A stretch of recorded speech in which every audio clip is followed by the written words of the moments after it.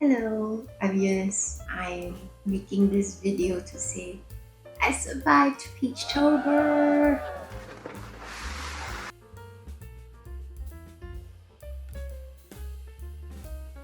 I'm gonna take you through all 31 prints that I made during the challenge. We'll go through the ideation, the sketches, the mistakes, and everything about these pieces.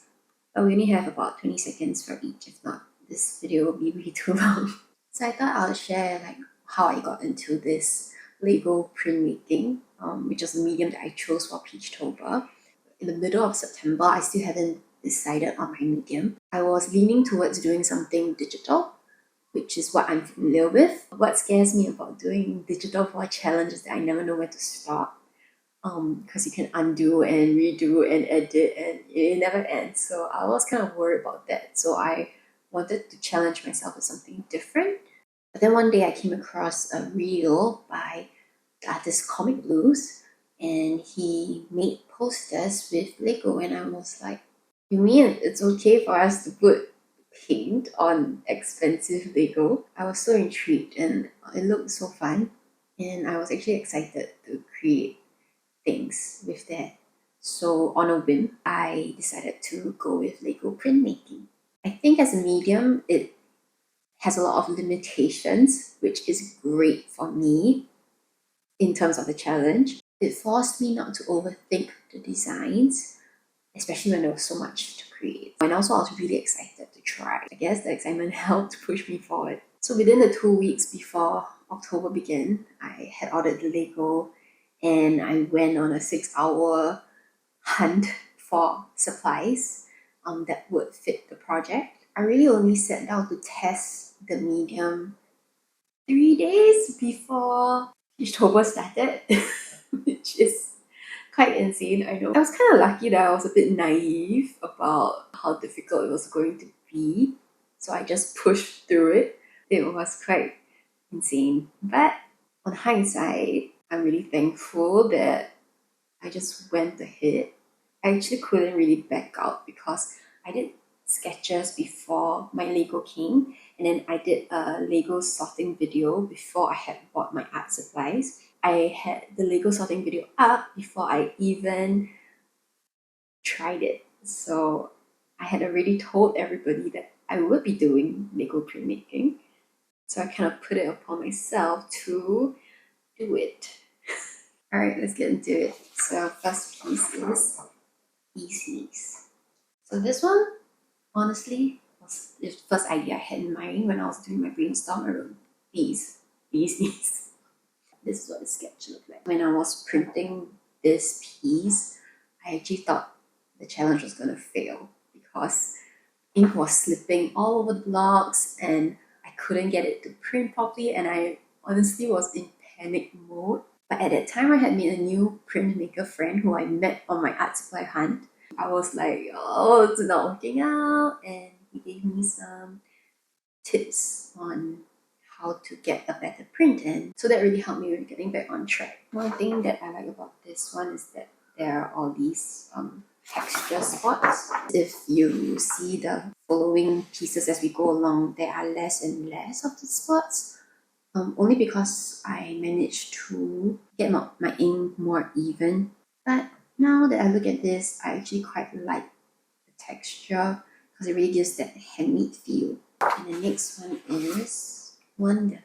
I remember I was very excited to do this piece because I wanted to explore the different ways to represent stars and comets in the galaxy. The sketch for this was actually quite different. I wanted to go with a dark background, but what I realized was if I went with a dark background, I couldn't play with the round shapes of the Lego. It was also from this piece that I started to think, maybe I didn't want to put the prompt on the piece. So yeah, you'll see the prompt less and less, although some of them still use it. Next one is Sugar Rush. So a person holding up a sweet and going like ta-da was the first idea I had in my mind.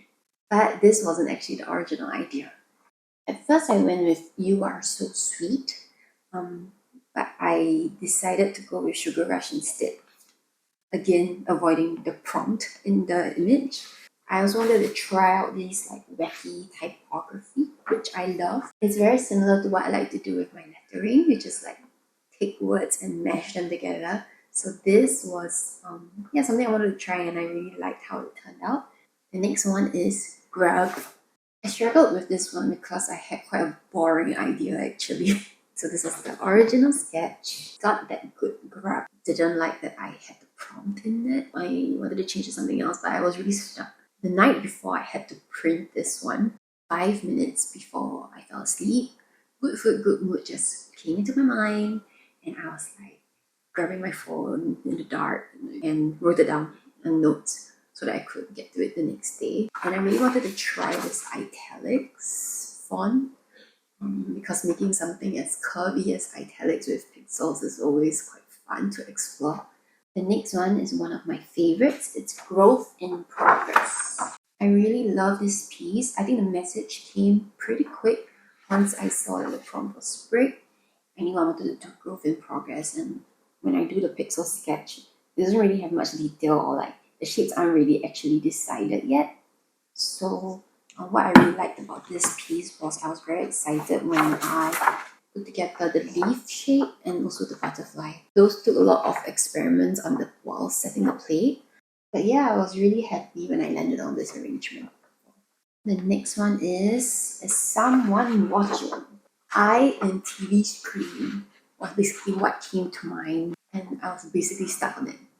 So it's a sketch. It has a bit of a sci-fi Black Mirror-ish vibe.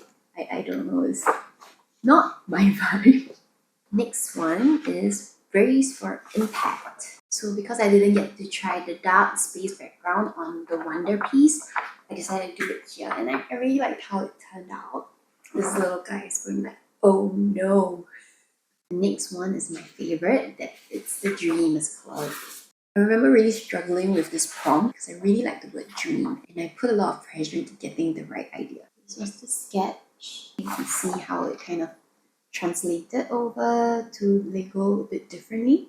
The next one is Upside Down Frown. I started off with a totally different idea. This crying clown, and it says, "You can be sad." Yeah, I had this sketch done quite early on. I also didn't really quite feel this idea. And so the night before, I had a new idea. It always happens just as I'm about to sleep. So you'll see that actually I started off, I was going to make him smile. When I was setting Lego, I decided to keep the sad face and just change the frown. I think the message here is it's okay to be sad, but don't frown. Frowning gives you wrinkles. The next one is Zest for Life. Simple, cute, zesty fruit babies. That's all I have to say.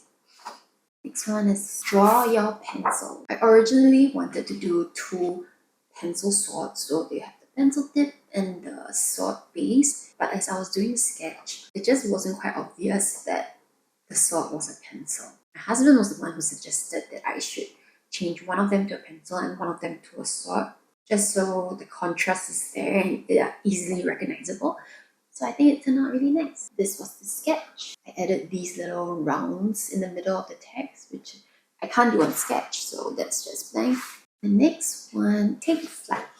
Nest as a prompt really stumped me, but I let the brainstorm take me to leaving the nest. I like the sentiment of it. This one was different because I tried to do something less structured compared to all the previous pieces. It wasn't really centralized, lots of white space here and there. This piece started off not having any words. I actually added in the words last minute into the clouds, and it was perfect. I sketched my alphabets like this because the Pixel program doesn't have the curves of the Lego pieces. So because everything had to be set in reverse, it sometimes gets a little confusing, especially for alphabets. The B's and D's and G, P's. So the first print that I made of this piece was this. I thought it looked a little weird before I realized the mistakes. The A and the G are reversed. Thankfully, I only printed the one before I noticed it. Next one is Sailing on Clouds. So the original sketch for this was like that. Instead of going for the pixely sparkles as I had planned, I decided to go in and do some gold embossing details for this one. It's been many years since I touched my gold embossing powder tools, so yeah, I'm glad they worked and it was fun to kind of try that again. The next piece is blue. This is one of my favorites for sure. I like how I got to play with different ways of representing the flowers. This was the sketch, and there are many colors because the flowers were very compact and just had used different tile shapes, which I couldn't represent on the program. So I used colors to kind of represent the different tiles that I would use to make those shapes. And if you notice, I brought back the butterfly from the Growth in Progress piece as well. The next piece is rain or shine. Different weather elements was the general idea for this piece. For the message, I was going for the concept of being together no matter what. There's this anime movie called Weathering with You, and I was quite stuck on that, but I didn't really want to use the actual movie title. So my husband suggested Rain or Shine, and I thought that was quite a nice sentiment. The next piece is Player 2. Sidekick gave me a headache all the way until I had to print this piece. I know Shan had this prompt intending for us to kind of explore characters, but with the limitations of the Lego Pixel, I felt like I couldn't really establish character concepts easily. I was bouncing ideas around with my husband, and he suggested this game console idea. This was the first sketch. This is what I went with in the end. He's really proud of this idea. It's his favorite piece. For the prompt blush, I was quite stuck on the idea of a face with two flowers on the cheek to represent blushing. But also, again, I struggled to make human characters with details because of the Lego pixel sizes. So I decided to just go with something cute. And I think these bunnies turned out adorable. This is the sketch. The next piece is Take Life Slow. Here's the sketch for that. It was originally going to be an alarm clock with the word snooze on it. I decided to go in this snoozy cat direction instead. And this cat is directly inspired by the snoozy cat in an illustration I did before, which is my Mount Fuji illustration. The next piece is Burn Bright, Not Out. It's pretty straightforward, even the sketch is pretty straightforward. Next piece is Bald Birds. This is another headache prompt of mine. I had no idea until the very last moment, and I was like, you know what, the idea is not coming, so I'm just gonna go with my favorite flavor bombs in the kitchen. So this was the sketch. I was kind of worried because I wasn't sure if it would get translated well into Lego, but I think it turned out better than I thought. It looks more like a garlic than it does in the sketch, so that was great. I set this Lego plate as I was watching a Korean drama, so I unknowingly made a mistake. This was what I printed. Oh gosh, I did it wrongly. The next one is Adventure. I had fun deciding what to bring on this adventure. Adventure as a word is so long. Even if I wanted to give a 3 square width, it wouldn't fit all the letters. So I had to kind of be creative with the A and the U here. I liked the full-ish layout of this piece where everything seems edge to edge. The next piece is Tiny Steps Big Picture. Here's the sketch. Tunnel really stumped me. I was originally thinking of playing with the idea of tunnel vision, but that reminded me too much of my eye piece with the eye in the TV. This is going to be an eye in the tunnel.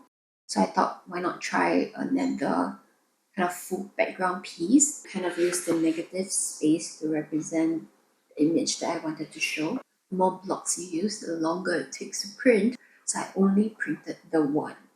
And we have Little Bird. Did you know that the saying is a little bird told me and not a little blue bird told me? I didn't know until I was doing this piece, and I was like, where did the blue bird come from? Was it Twitter? Anyway, a simple, clean piece, and this guy is going like, oh, a bird is talking to me. Star Wand. The sketch for this one is kind of a wand with magic spotting out was kind of the idea. I strangely thought about Cardcaptor Sakura before I thought about Harry Potter. So we get a fancy star-shaped wand. Next one, Under the Sea. I love how full this one is, packed with all these like cute little sea creatures. Honestly, I was quite behind on my timeline when I got to this piece, so I was quite frustrated with myself that I wanted to make this full piece. It takes longer to set and longer to print as well, but I stuck to the vision and I'm kind of proud of this one. Ladybug. I love this little lady. This was the sketch. Again, I went with the different colors to kind of represent the different shapes rather than a scene, which I had already done for the one before. I decided to try this kind of tarot cardy, handkerchiefy pattern. I love it. Next one we have is Take the Leap. Original idea was to go with a top-down scene of a pond. So that would be lily pads, frogs, a dragonfly, and a fish. There wasn't going to be enough space for everything. And honestly, I was chasing a deadline, so I cut my idea back and just went with the lily pads and the frog. But that turned out great because then the message Take the Leap came to mind and I integrated it into the piece. I personally resonate with this message because I took the leap this year, so I love this piece. I want to show you the original sketch of this frog. This is him on pixel form, and this is how cute he turned out. What a glow up. The reason why the sketch looks not the same as the piece is because I had set the entire thing wrongly. Instead of removing the entire piece again, I decided to just adjust the words. We're almost at the end. The next piece is chompers. Cute animals that chomp. I love how simple it is and with a very strong intended audience in mind. I would have loved to do each of them in a different color, but my setup just doesn't allow for it at the moment. Next we have Lazy Days. For float, I originally wanted to do kites. I already had tried 2 cloud pieces in the entire series, so I settled on citrus floating and a capybara onsen. Capybaras is such a mood and I love the way it turned out. I originally had the oranges filled, and in my original sketch too, they were filled. But it looked kind of off to me and someone said it looked like cake with candles on top. So to make it clearer, I removed the fill in the oranges and yeah, I'm so much happier with it. The next one is Flourish. This is the sketch. I was stuck on moss for the entire challenge, all the way up until I had to print it. Because you think of moss, you think of that like maybe moss on a rock or moss on a log. Things that I wouldn't be able to represent in such large pixels on Lego. I literally forced myself to come up with something, which is the beauty of the challenge. You kind of have to force yourself to come up with an idea even when you're not inspired. I realized that I hadn't tried a dotted fill for any of the pieces, so I thought it was a good idea to use that to represent the texture of moss. And it turned out pretty great, so yeah. We're finally down to the very last piece. This one is called Ghost Party. Cute ghost was the very first idea that I had in mind for this. It was fun kind of choosing the costumes that I could get each of them to wear, something simple but identifiable. This though could totally pass off as a unicorn or an owl. And the center ghost is just dressed up as a scary ghost. I love his little like boom. And that's it. That's all the pieces. All 31 of them. Hope you enjoyed that little insight into what kind of went on in my mind throughout the entire month. It was a challenging but rewarding month, and I learned quite a bit about myself. I felt quite creatively satisfied to know that I can create art if I set my mind to it. I don't think I've ever created this many pieces. I've never done a daily challenge before in my life, so I was very happy to know that if I wanted to, I could do it. The second thing was that my life is more than just art. Honestly, I had to give up quite a lot of things to be able to commit to the challenge. That could be like time with family, time with friends, rest time. I literally worked on this from the moment I woke up to the moment I slept for many days in the month. And I was posting and editing every day as with, everyone else who is doing the challenge.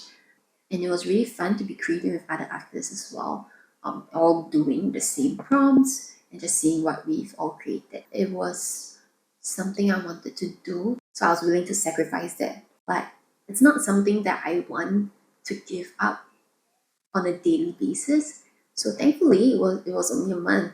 The third thing was that there is no undo button for physical mediums. As a digital artist, I kind of struggled with this. It was kind of uncomfortable, but in a good way. I think it really forced me to kind of let go of that perfectionism that I have with my digital illustrations. So yeah, it was a nice little exercise for myself. The last thing that I kind of wanted to mention was I learned not to be overly attached to my art. I'm the kind of person who would save every single bit version of my art just in case, what if I want to work on it more later? What if I want to edit something? But because of the challenge, I had to remove the tiles every night. And this means no redos, no more edits, no more reprints. I just had to accept what I've done, and I wouldn't see that set plate anymore. I couldn't get attached to that. So it was quite a refreshing experience, I would say. Also, setting up a store, I had to deal with not hoarding all the pieces and kind of like pushing myself to let them go to better homes. Because I don't have space to put up 31 posters in my house, so I think I only intend on keeping 3, which is a lot of self control in my books. So, yeah, if you made it to the end, thanks for watching. I'm so curious to know which was your favorite piece, so let me know in the comments. And if you would like to adopt one of these, the link to the store is in the description below. Everyone who's already adopted a piece, thank you. It's my first time putting any of my art up for sale like this, so I really appreciate it. Stay tuned for the next one. Definitely be back to do some store packing. Those are like my favorite type of videos, so I kind of want to do one too. I'll also try and do one about Lego printmaking, what kind of materials I use, also some tips and tricks that I've picked up over 31 days of doing Lego printmaking for those of you who want to try it at home. I'll see you in the next one.